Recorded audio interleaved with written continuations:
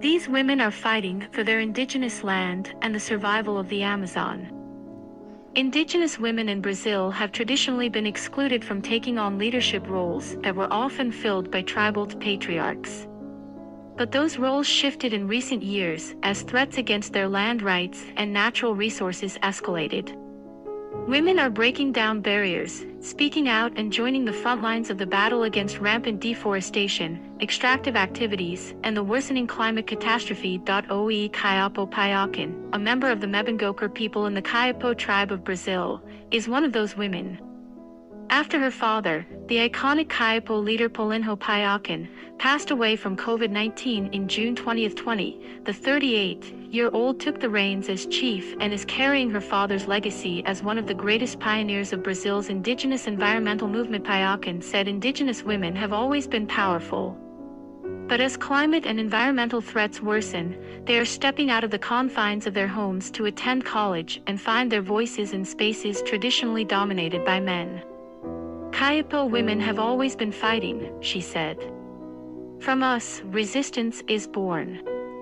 From us come men, children, life. The woman completes herself with nature, and we have always been part of the resistance along with the men since becoming village chief.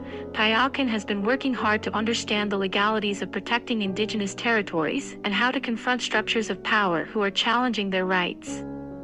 She also created an educational space for tribal women to get involved and learn more about politics and the environmental threats they face. While environmental threats are not new in the Amazon, the rise of the right-wing government under President Jair Bolsonaro allowed an explosion of industrial development from oil and gas exploration, logging and mining.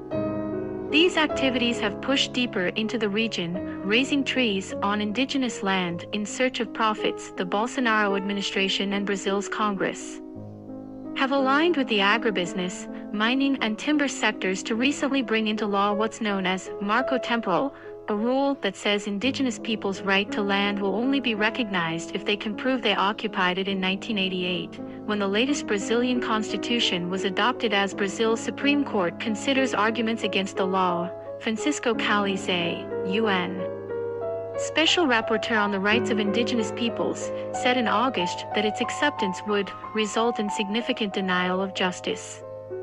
Paiakan says the law is a reversal of indigenous rights, which essentially opens avenues for the Brazilian government to gain the right to enter our territory without our permission. According to a recent report by the environmental and human rights watchdog Global Witness, Brazil, which includes a large part of the Amazon, was among the deadliest countries for environmental defenders, with 20 activists killed in 2020 alone. For now, the women intend to keep fighting to defend their land and forests, the lungs of the planet, from climate change and more industrial activities. The forest is our pharmacy, the supermarket. It is our way of life, Paiakan said. Nature is part of us, and hurting nature hurts us. This is a story from our ancestors, which is part of us. We lived here a long time, she said. For a white man, they don't see value. They value devastation to plant soy and big plantations. To us, nature is a natural wealth, it is capital wealth.